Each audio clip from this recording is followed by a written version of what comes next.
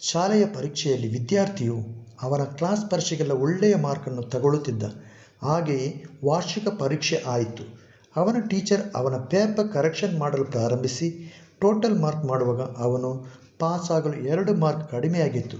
ಅವರು ನೆನೆಸಿದರು, ಕ್ಲಾಸ್ ಪರೀಕ್ಷೆಗೆಲ್ಲ ಚೆನ್ನಾಗಿ ಬರೆದಿದ್ದವನು ಏನಾಯಿತು ಇವನಿಗೆ ಎಂದು ನೆನೆಸಿ ಪುನಃ ಎಲ್ಲಿಯಾದರೂ ಮಾರ್ಕ್ ಆ್ಯಡ್ ಮಾಡಿ ಕೊಡಲಿಕ್ಕೆ ಆಗುತ್ತಾ ಎಂದು ನೋಡಿದರು. ಆದರೆ ಎಲ್ಲಿಯೂ ಆ್ಯಡ್ ಮಾಡಲಿಕ್ಕೆ ಆಗಲಿಲ್ಲ. ಆದರೂ ಟೀಚರ್ ಅವನಿಗೆ ಪಾಸ್ ಆಗುವ ಮಾರ್ಕನ್ನು ಕೊಟ್ಟು ಅವನನ್ನು ಪಾಸ್ ಮಾಡಿದರು. ಪ್ರಿಯರೇ, ಟೀಚರಿಗೆ ಆ ವಿದ್ಯಾರ್ಥಿಯೊಂದಿಗೆ ಮೊದಲು ಕರುಣೆ ಬಂತು. ನಂತರ ಕೃಪೆಯಿಂದ 2 ಮಾರ್ಕ್ ಸೇರಿಸಿಕೊಟ್ಟರು. ನಿಜವಾಗಿ ಅವನ ಫೇಲ್ ಆಗಬೇಕಿತ್ತು.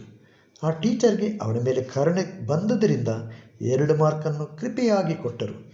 ಇದೇ ರೀತಿ ನಮ್ಮ ಜೀವಿತದಲ್ಲಿ ನಾವು ನಿಂತಿರುವುದು ದೇವರ ಕರುಣೆ ಹಾಗೂ ಕೃಪೆಯಿಂದ ಮಾತ್ರ ಎಂದು ತಿಳಿದಿರುವುದು ಬಹಳ ಒಳ್ಳೆಯದು.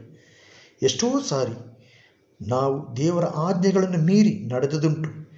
ಎಷ್ಟೋ ಸಾರಿ ಆತನ ಶಬ್ದವನ್ನು ಕೇಳದೆ ನಾವು ದೂರ ಹೋದುದುಂಟು.